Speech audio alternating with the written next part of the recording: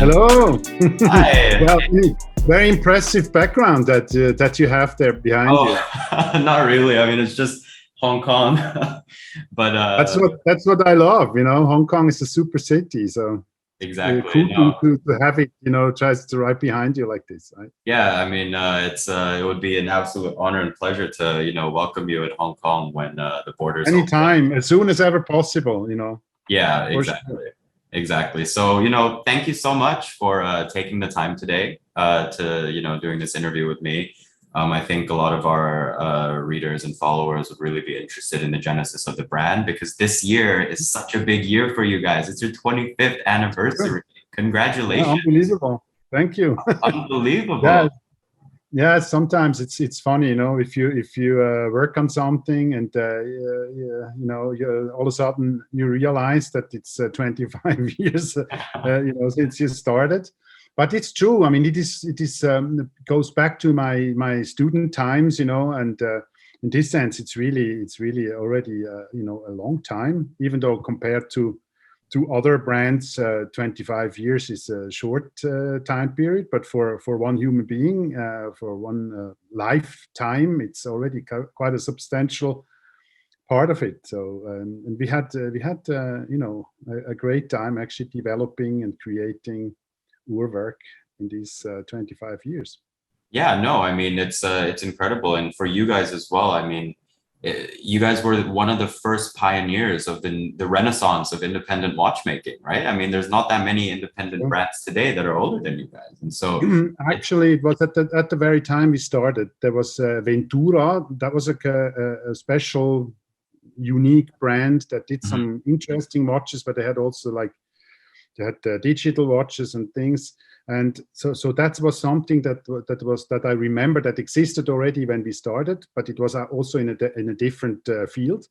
And then there was actually the Icapods watch that existed. That was also kind of like a more contemporary approach to watchmaking. And there was maybe Alain Silberstein, who was doing his things, but that was kind of like another generation that also somehow did kind of like a contemporary watch, at least in its time, in postmodern times, so to say. And so when we started, there was nothing else around, and all the watches, they somehow looked like something from the past, more or less. And it was also for us, when you start with zero, and you start from scratch, and you build up. So you have to ask yourself, you don't have you have of course the watchmaking history that belongs to everybody who's interested in it, but you don't have yourself this history. So you have to define and find out how should you do it, in this whole thing. make your own history. Make your own history. And so it was important for us to do it differently, than what was around, somehow to define ourselves also in the difference to it, So yeah. No, I mean, the 101, the UR 102, 103, they're incredibly avant-garde watches if you're considering the time that they came out.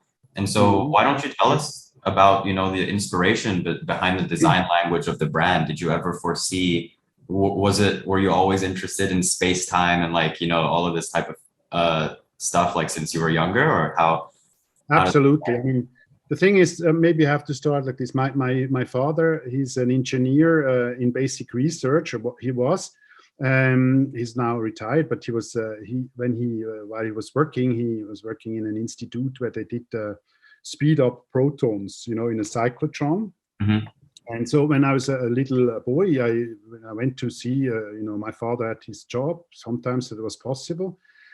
I entered this strange world of physics, of science, and saw the experiments that were built up there, and somehow the huge machines and the technology, and I also saw the beauty of it, because if you have an instrument, or let's say an experiment set up by the physicists, they don't, of course, necessarily look at the beauty of things, but the fascinating thing is that when you look at it, you see that because it's following the laws of nature, and it wants to find out something about nature, it's actually then an aesthetic that comes along with it. So that was fascinating for me to see. I also had the chance to see, like, in materials that normally you don't see, like titanium, the like whatever different materials, or like I saw, for instance, magnetic fields that were able to keep a coin, afloat. Somehow the coin was not moving as it's supposed to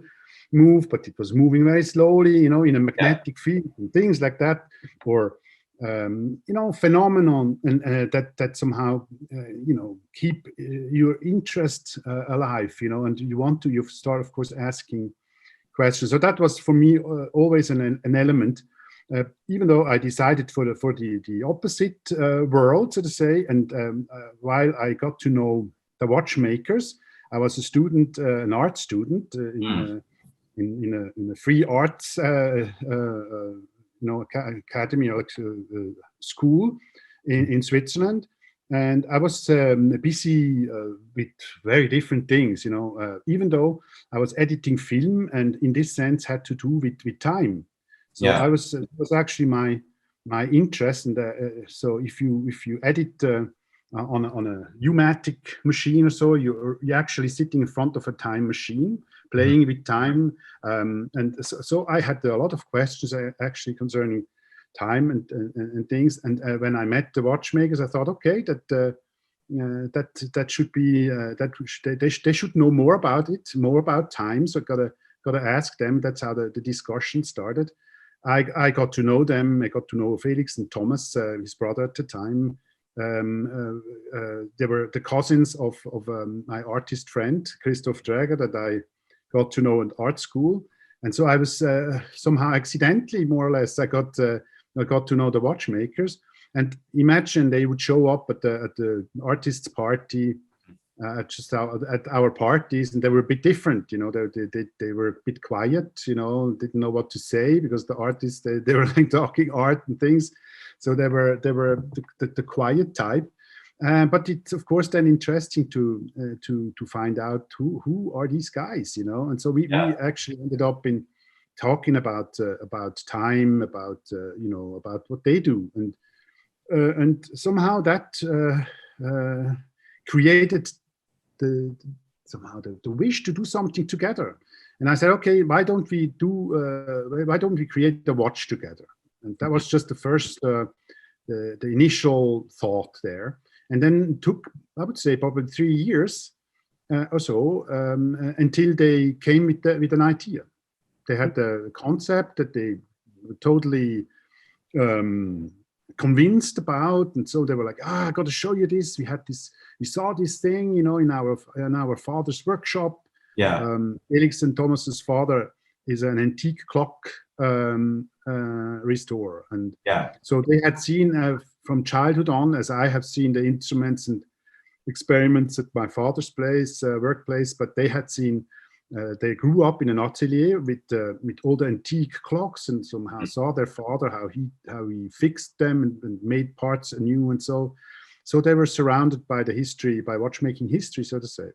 And they had a lot of that's still now fascinating. If you talk about we need to find a solution for something, they can somehow just pull that from the big pot of ideas that the watchmaking history means. So it's that's how this communication started, and finally the project came about to create our first watch. And with that strange time telling principle of the wandering hour, of that different looking thing. We look at the watch, you don't understand it.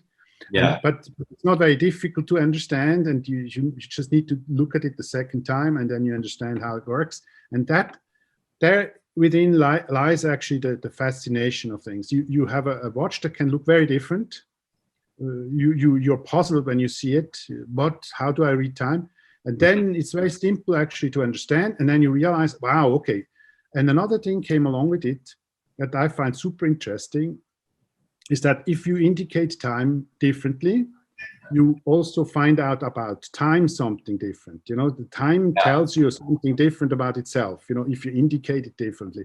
Yeah. Simply, you have 1 hour in front of you, but that's a shorter time period that you oversee. And in this sense, you are more focused on the present moment, on that 1 hour. So you got to take that moment, and we say like every moment counts. You got to take that moment more serious and focus more on that, on the present, because you see, we have our devices, our electronic devices now that keep our schedule, that tell us where to go and what to do, and we don't necessarily need to somehow continue to demand this from our watches. The watches, there can be a different expression. They can maybe even remind us that time can be something very different depending on how you look at it, you see. So that was actually the beginning of things that we started with this different time indication. No, that's amazing. And I actually love the philosophical element of it. And before even speaking to you about this, actually, you know, my own Urwerk with the space-time, like that's exactly how I feel when I look at it, right? With the 20-minute indicators, from around 2 o'clock to 10 o'clock. It's like, it doesn't serve any practical purpose, but it's philosophical. And it kind of reminds me that, you know, we're just, at the end of the day, we're just people on a floating rock flying through space at that speed, and it kind of puts everything in perspective, right? And this is such a mind-blowing thought. And it's the obvious, but we forget about it because we are busy with our, you know, problems and things, you know, business, whatever we're doing on the planet. And so we forget that we are sitting on this rock. But if you think about this, and that's what the astronauts did for us, because they went away, you know, from Earth, and they went that far away that they were able to look back. And when they were on the moon, they were able to somehow hide the planet behind their thumb. That's how far away they were, and not farther, but that's how far away they were. And imagine this, if you can hide Earth behind your thumb, it just totally disappears. All the problems, all the issues, all the stress that you have just fits behind your thumb. That's crazy. So our reality is so strange and so crazy. It's not crazy, it's just great, right? But it's so if you every now and then remind yourself, you know, that this reality that we experience is something extraordinary, and you tend to forget this, as we found out. But if the watch can be this machine next to telling you time, but time, what is this? Time itself is something strange, right? Time itself is a puzzle. But if you are reminded, because the watch actually just copies the movements that we do on around the sun. So every watch is actually a model of that, or somehow shows us this. But we can, with our watch, we can point this out, and you have it. If you have a watch that has like a moon phase or so, you're also reminded of it. But there it's already a convention. There you're a bit blind, and you say, oh, moon phase, okay, it shows you that, and it's another complication, it's that. But if you manage to trigger that thought, and you do it differently, you can say, we don't need that hand, you know, because the hand now it has no job. That the hand just goes away. We have it on our UR100. The hand exists still, but it would be behind that cover. Yeah. Now we can transform it, and that's because space-time is something that is like two terms of the same thing, space and time. So you can actually easily just switch the meaning of that hand, so to say, or somehow the thing that it points out, the other aspect of time. And that's somehow the development, the change, or a movement in time. So you can easily just point out this other aspect and say, okay, now we don't need this hand to indicate time, but it transformed behind that little moment where you don't see it. It transformed, it changed into something different, and now it shows you the distance that we are flying, you know, in the time that we are sitting here. Now, since we started talking here, we already obviously traveled very far. we have Exactly. only these two first, and the thing is, we only have the two first movements here indicated on our watch. Yeah. So it's around the axis Yeah. of Earth, and around, then around the sun. But then there is another, I think, altogether 7 movements that one would need to consider. For instance, the movement around the center of our galaxy. Mhm. So we're super fast, speeding around the center of the galaxy. Then our position in the galaxy is not steady. It actually goes like a wave like that. So this up and down is another movement. So you have many movements on top of the 2 indicated ones. So you can just start, doing that trip. And another thing that comes to mind, if you see our situation with the planets, normally you look at it from up above. You have this kind of idea that you have in the center, you have the sun, right? And then you have all the planets that circle the sun. That's our idea, that model. I love it. But now imagine you have this actually speeding around in space, right? And so you have actually a helix movement. Yeah. So it's not steady. It's not just a flat image, right?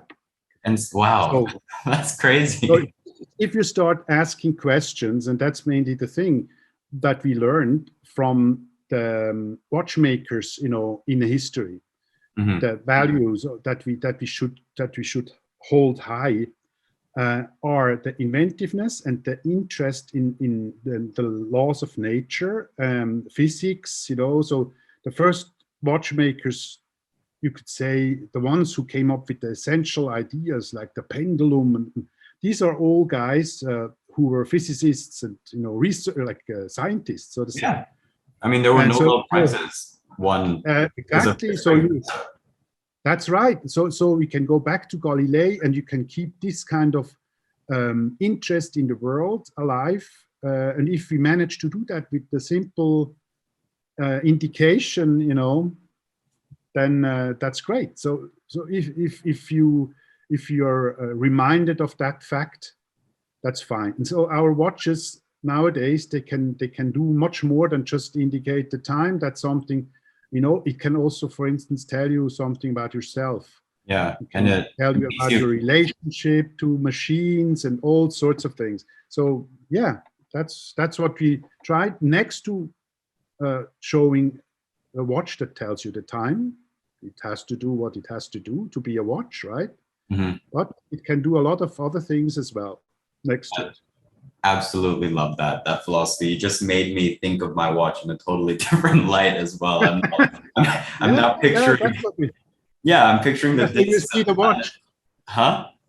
Yeah, you see the watch already. Yeah, right. That's a super piece, that one. Yeah, I love this watch, man. But it's no, I'm now like picturing the discs as planets like rotating in the center as like. That's right. That's what it is. Yeah, that's no, exactly. It's a model of our situation here on Earth, and it's somehow there's a lot of science behind it, a lot of history and understanding of what's surrounding us. At the beginning, people, they had probably more time to look at the skies. Yeah, I think we are now so distracted, we don't look at the sky anymore, and we probably wouldn't find out anything because but we have apps, that do it. Yeah.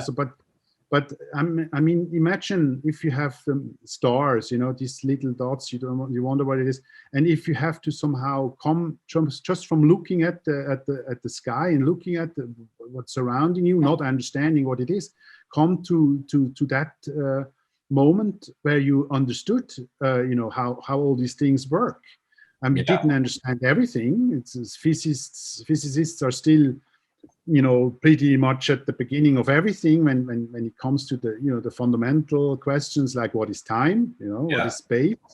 It's not clear, but a lot of things are understood. The mechanics of our planets and somehow these laws, they're clear, and they are in all these things. They are in the watches, they are in all our devices. Without this knowledge, none of these things would exist. Yeah, human civilization. Yes, it's something that we worked on, and we should be careful not to just, endanger it too much by idiotic stuff, So yeah, no, it's I love it. This has been such a philosophical conversation so far, and I think it's been incredible. And obviously, you guys right now have this immense success, right? I mean, every watch that you release sell out, people can't get them, and I think, a lot of our readers and our followers would also, I would like to let them know as well. Like, I mean, starting an independent watch brand is not easy, as I'm sure you can attest to, right? Like, how were the first 5 years, first 5-10 years? I mean, it must have been very, very different, considering that your design language at the time was so far different, because you were one of the first brands that merged a creative with a watchmaker. It wasn't one person doing both, but that led to possibilities. Yeah. I would say you had that in the past already, but it was not valued in the same way. Yeah. When you look back at the time of these Campanus brothers who created this time indication of the wandering hour back in the 16th century, they would also work together with an artist, to create their clocks. So it was not always like this, but for the wristwatches, it's clear it's a very different, let's say, situation. And it just in the last, I probably could say with Gérard Chantat, this started to change a bit. Where we understood that that design is something extremely important, in the whole.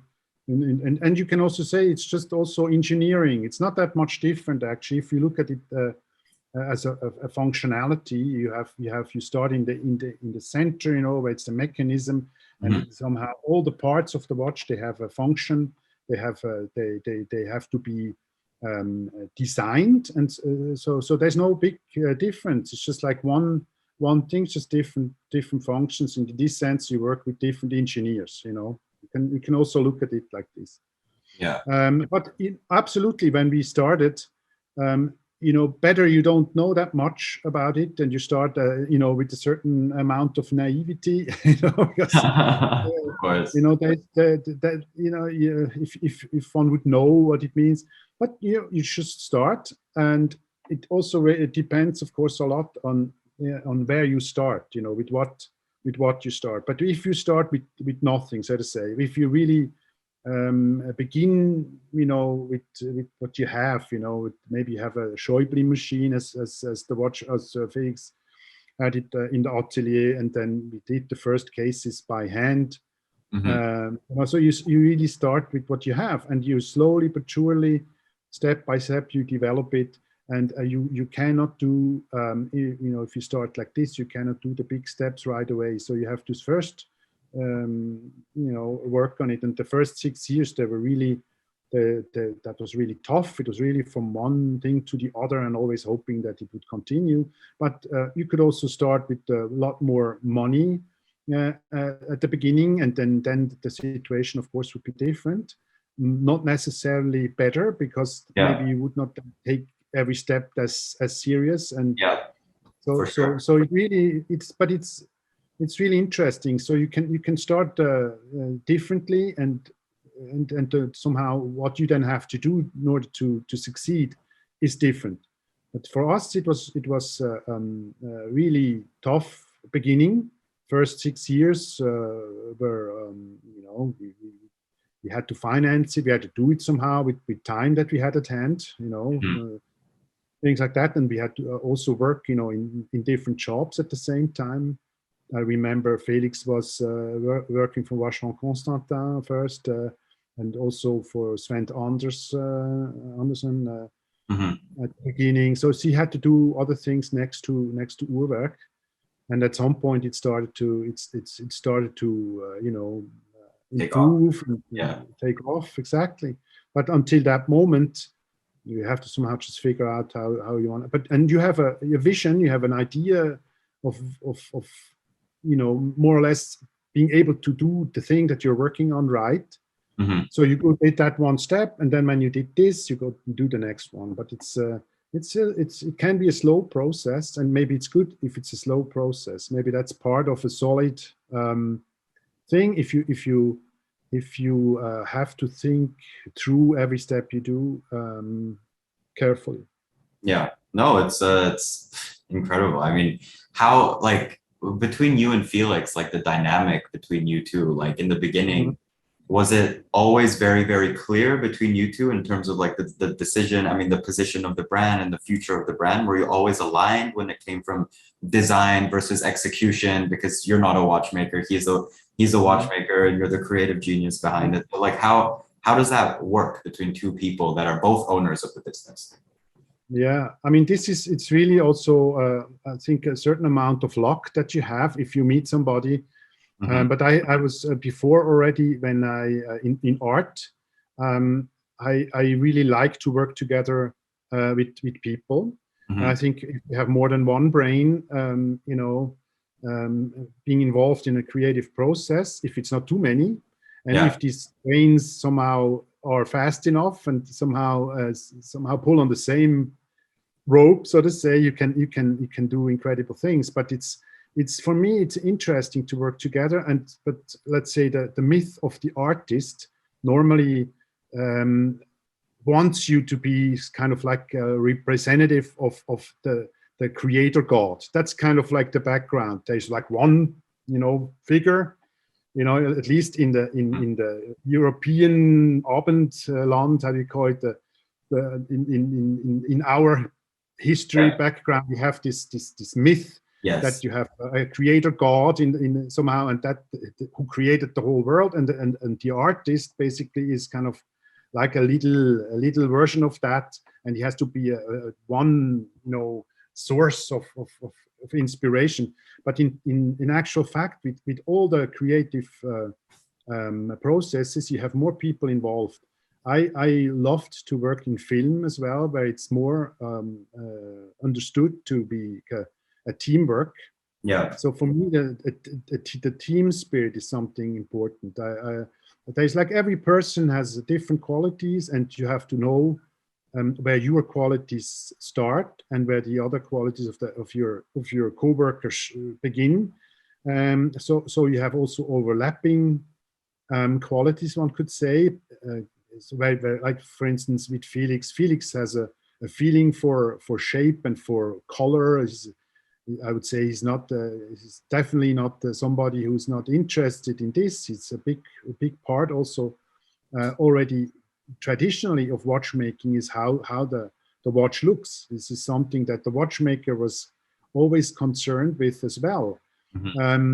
But of course you can, if you want to do it more professionally, I would say you can have for every field you can have a specialist, and so it's not bad if you have a person who is a visual person as part of the team, and then with us it is not.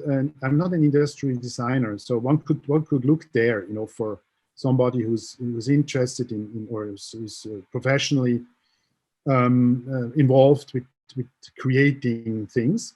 But if you, and that's how was the case with us. I was studying art. I was an artist, or still I am in my heart, of course. But I was doing that, and so you have yet another look at the world. As an artist, you see the whole world as something that you want to reflect in your art. Yeah. And so it's not, you don't focus normally on just like one little thing. So it's the whole world actually that is offered to you, and you want to take it in. You want to, like a child who's forced to somehow understand the world. So you're like a scientist, studying and taking in the world. And you have, as we found out already, you have the philosophical questions.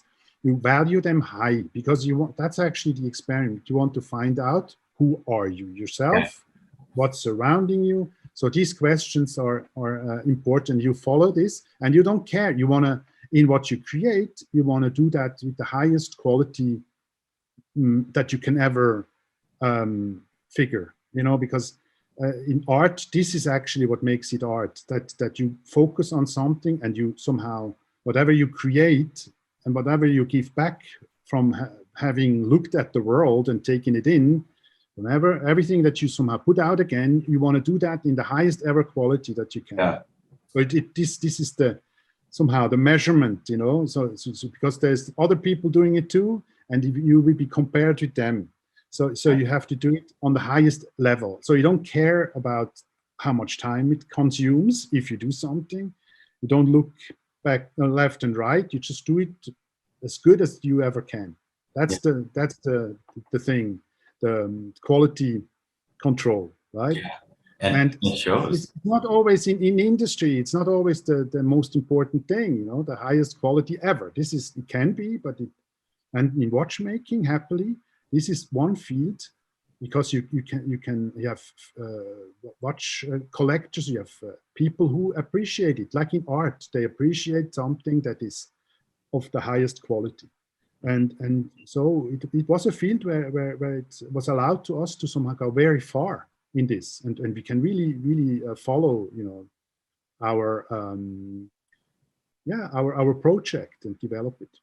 Yeah. And so, I mean, wow, like it's very deep conversation that we're having about art and everything. It's amazing. And so for you, I mean, so I'm just assuming, correct me if I'm wrong, your experience as an artist, and like, where do you find inspiration, like for your watches? Like it's from throughout your life, because obviously the design language is kind of changing a little bit like throughout time, but it's staying very true to the core, right, of Urwerk. Like every Urwerk, the beauty about Urwerk is anyone who knows anything about independent watchmaking, you see an Urwerk from, you know, a mile away and you know exactly what it is, right? It's like it has such a strong design language that many brands don't have.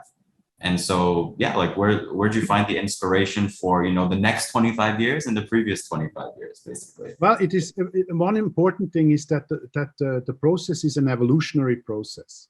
So you actually, and I don't want to necessarily compare myself with Hitchcock, but let's take an artist like this who is working on his theme, right? You have a theme, you have something that interests you. Maybe it's not just one theme. Maybe it's different themes. Like, for instance, what is the theme? The theme, for instance, is the relationship between us human beings and the machine. That's a theme that I find interesting. It's very crucial because at the moment in our world, you know, we developed machines, and we are developing machines that are that can somehow take over a lot of what we usually did, right? Yeah. So the robots, that the whole theme, that of course I learned about in science fiction films, and that's yet another inspiration source. Of course. So we have like I can say quickly that it's the world, nature.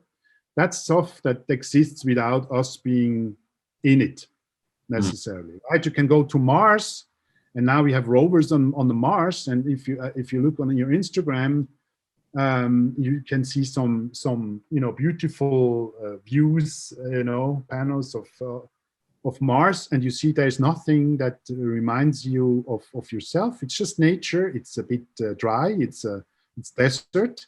Yeah. But it's pure nature. There's nothing. Maybe we start to now pollute it there a bit with some leftover rovers parts. But you know, nature exists by itself, and it is beautiful, but only if you see it, right? If nobody sees it, it's just there. But we have eyes. Astonishingly, we are ourselves. We are nature, right? We belong to it. We are made out of the same material, but we are able to look out from within matter, right? Which is this is again. Before we were talking about you know, our situation on planet Earth, you know, as a strange rock that's speeding around. But now think about this magic thing, that we are matter ourselves for a moment. We can look out from within matter and look at the matter and make thoughts about it and somehow create stuff. Yeah. So we are, for a moment in time, we are able to somehow transform what we see and create our own commentary about it. That's what art does. That's what we human beings do, because we see things that's surrounding us. And we also nowadays obviously see also a lot of things that we human beings created. And that is always somehow not nature, but inspired by nature in the end. Yeah. So we have, but then when it exists, and that's what our culture is, our human culture, we have a lot of stuff that is created in time. And when we look out, and when I see the beautiful panorama behind you there, there's most of it, except for that little rock, the mountain there in the background. Yeah. It's man-made. All man-made. It's architecture. It's people. It's so you have a lot of stuff that surrounds you, and we like that because then we understand the world if it surrounds us and we know it. So we have human-made stuff that surrounds us, and we know everything about it, right? So that's a comfortable feeling. Nature is always a bit puzzling because we don't 100% understand it, and it's also the other, right? But so you have inspiration, you find it in nature.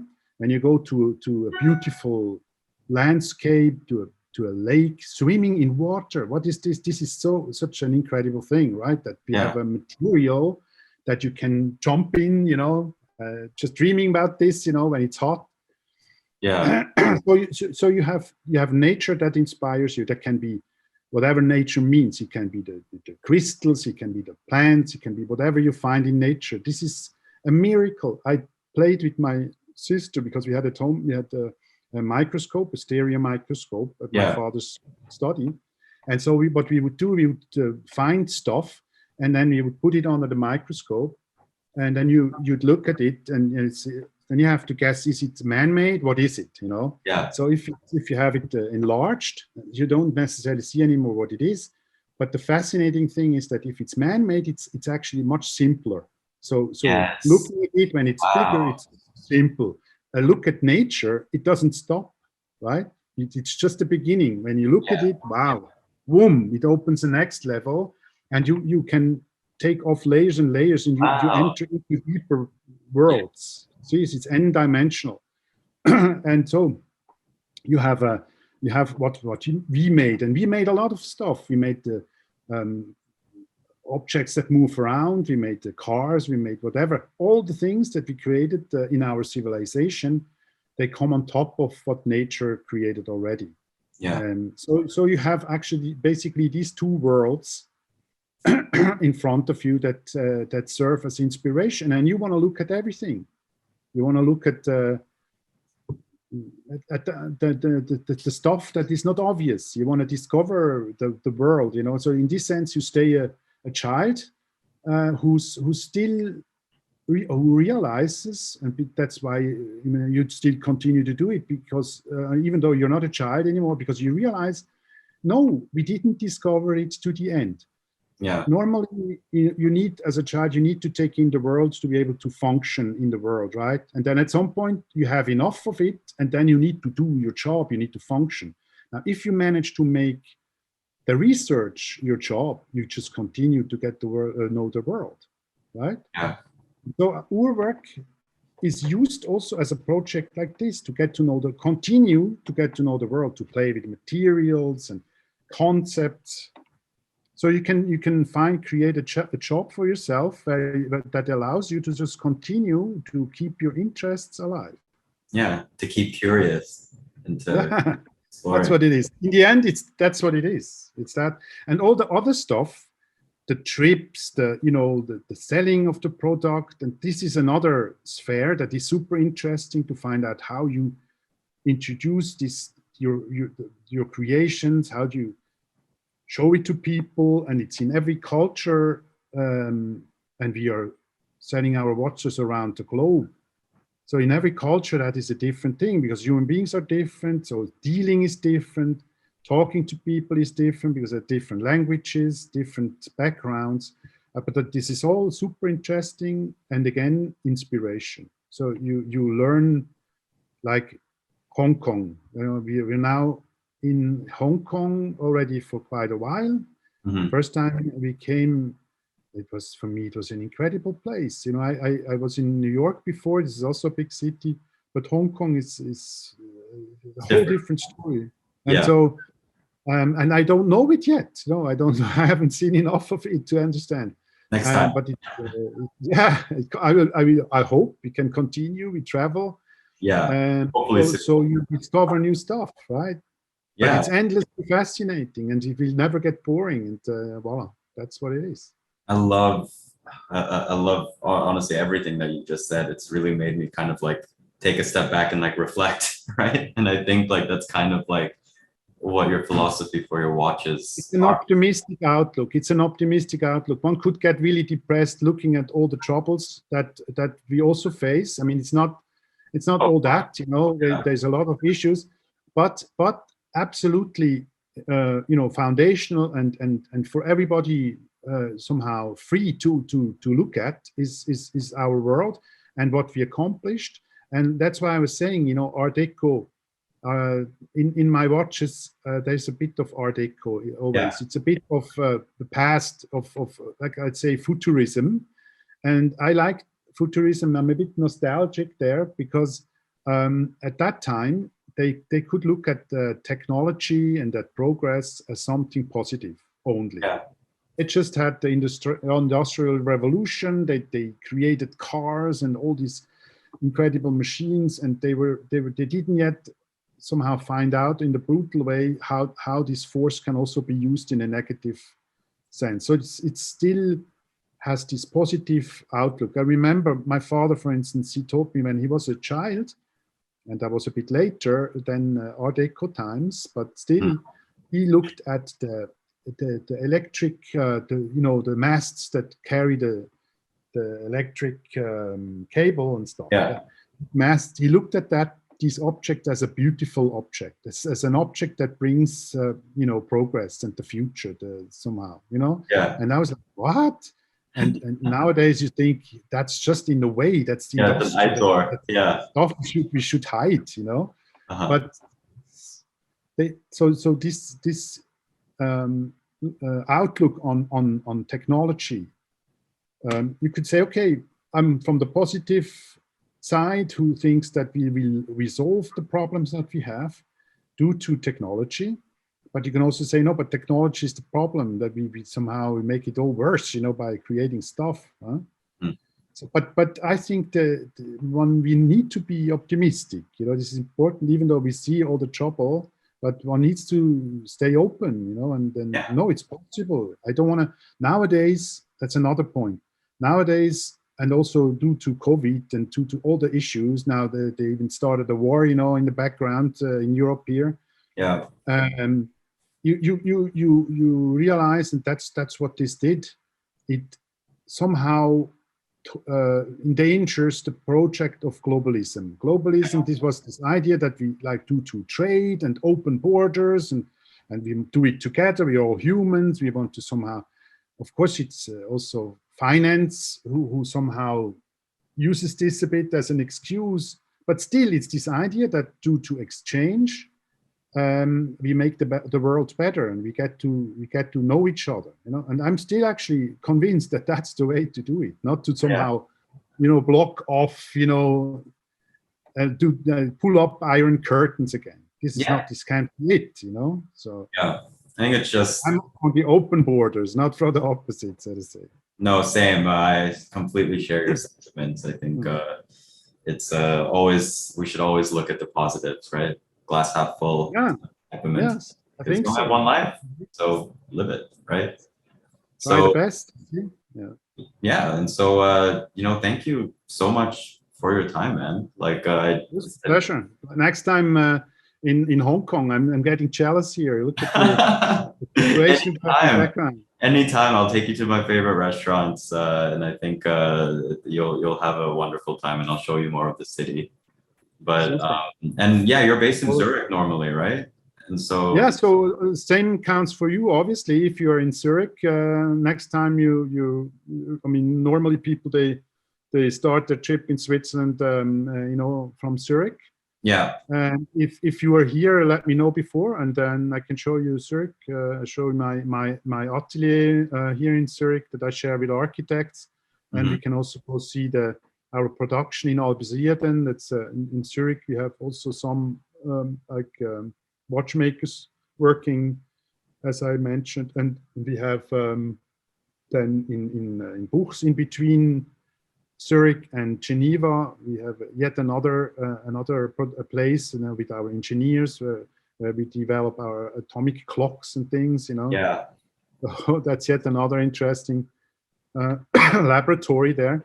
And then, of course, Geneva. But if you're in Zurich, you know, next time, let me know. Do you travel to Zurich every now and then? I mean, Not I've necessarily. been to your yeah, not necessarily. I mean, I've been to your atelier, the new one in Geneva, and I was also at the old one Yes. beforehand a few years ago. But Mhm. yeah, I would love to spend more time in Zurich. I haven't had the chance since COVID, Yeah. basically. No, with Uh, pleasure. next time. Exactly. That's another thing. I hope that the COVID stress is that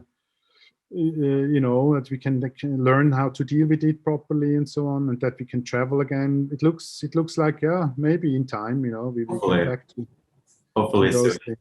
Exactly. Yes. But yeah, no.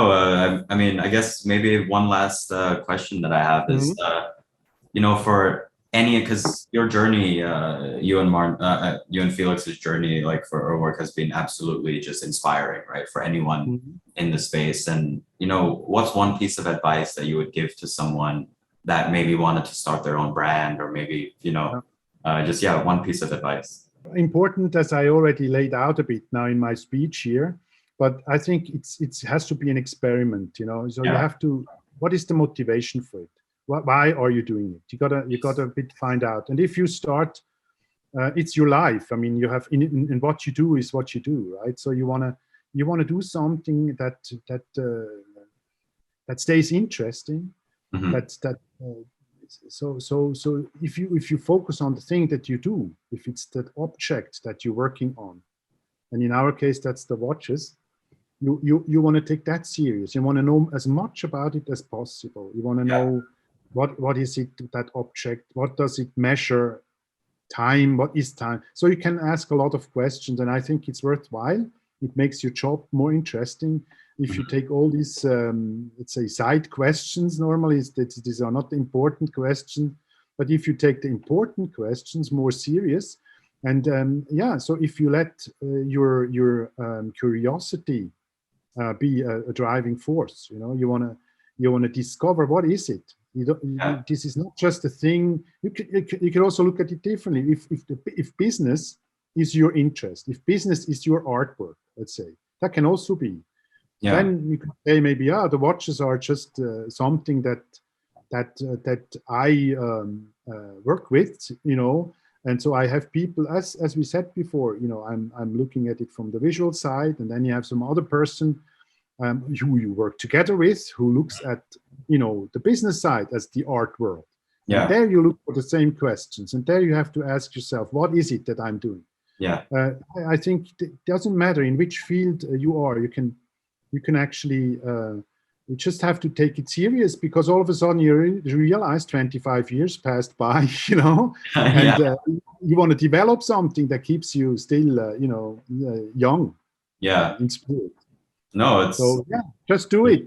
Go for it, create it. And also, one important thing is that things have something to do with yourself. yeah. I think that one can stay an egoist. It's anyway always your perspective with whatever you do. You look at things yourself, and you have your own mind. And then when you create something, you don't have to look at the other thing too Yeah. much. You have to somehow find your own thing in it. And Yeah. of course, you can be inspired by everything, right? But when you Mhm. do something, do it your own way. As that means that you have to find out, who am I? Yeah. In order to create something, you have to first a bit find out, who am I? What is the thing that I like?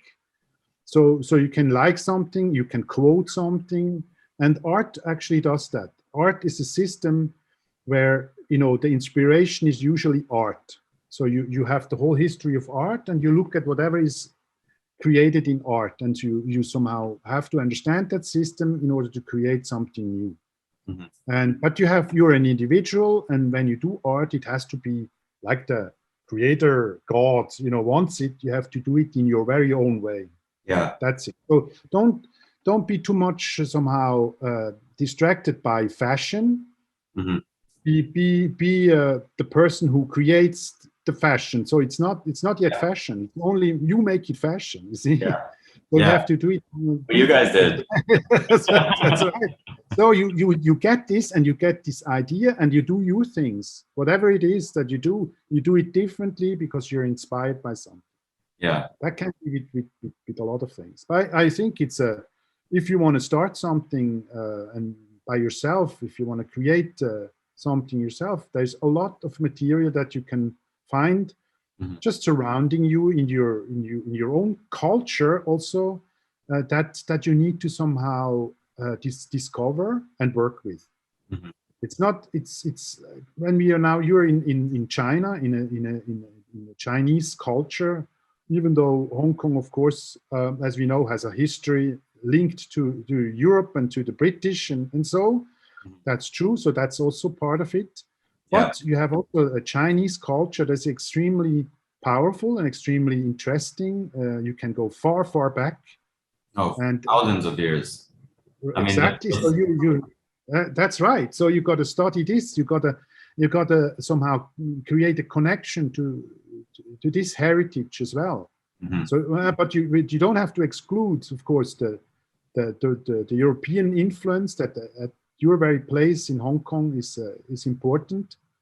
So we don't have to make blocks. We are. That's why I can be very inspired by Chinese history. By Chinese culture. I can be super inspired. I don't understand it, maybe, or not fully for sure, but I can be, inspired by it. So that's not forbidden. Yeah. So it also belongs to me. You see, we are human beings. We can take it. We can look at things. We don't have to. You don't have to say, okay, these. We don't understand it. You can still learn and find out what is it. Yeah. Oh, I love it. Not that different. We're not that different after all. Human beings. Exactly. The important stuff is similar. I'd say. Yeah. No, this has been such an eye-opening chat, and thank you for being so open and sharing so much about your philosophy and the why, basically, of Urwerk, which is, I think, nothing is more appropriate for the 25th anniversary, right? And so actually, we keep doing it. We are with the